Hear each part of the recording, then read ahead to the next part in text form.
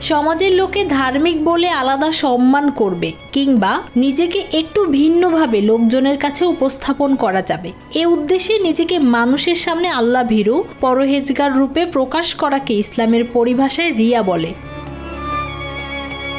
রিয়া অর্থ লোক দেখানো ইবাদত। ইবাদত একান্ত আল্লাহর জন্য। ইবাদত করা দেখে অন্য কেউ ভালো বলুক, এরূপ মনোভাব নিয়ে ইবাদত করলে প্রকৃতপক্ষে সেই ইবাদত আল্লাহর উদ্দেশ্যে করা হয় না। এ কারণে রিয়াকে গোপন শিরক বলা হয়।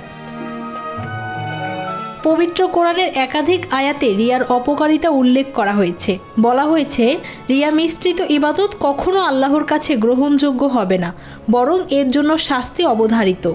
এ প্রসঙ্গে আল্লাহ তাআলা ইরশাদ করেন, যে ব্যক্তি স্বীয় প্রভুর দর্শন লাভের আশা রাখে সে যেন নেক কাজ করে এবং তার ইবাদতে যেন অপর কাউকে শরিক না করে। আল্লাহ তাআলা আরও বলেন, ওইসব নামাজি লোকদের জন্য ধ্বংস বা ওয়াইল দোজখ যারা অন্যমনস্কভাবে নামাজ পড়ে এবং অন্যকে দেখায়। রিয়া ইবাদতকে ধ্বংস করে, ইবাদতকারীকে দোজখের পথে নিয়ে যায়।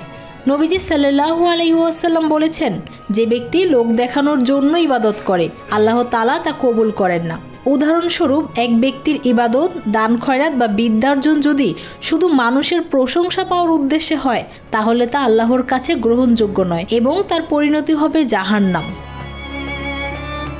রিয়া একটি মারাত্মক অন্তর্ব্যাধি। এটি শুধুমাত্র আল্লাহর অসন্তুষ্টির কারণ নয়, বরং ইবাদতকারীকে ধোঁকা দেয়, তার আমলকে ধ্বংস করে। তাই আসুন আমরা আল্লাহর কাছে রিয়ার মতো গুনাহ থেকে মুক্তির জন্য সাহায্য প্রার্থনা করি এবং ইখলাসের সঙ্গে ইবাদত করে আল্লাহর সন্তুষ্টি অর্জনের চেষ্টা করি।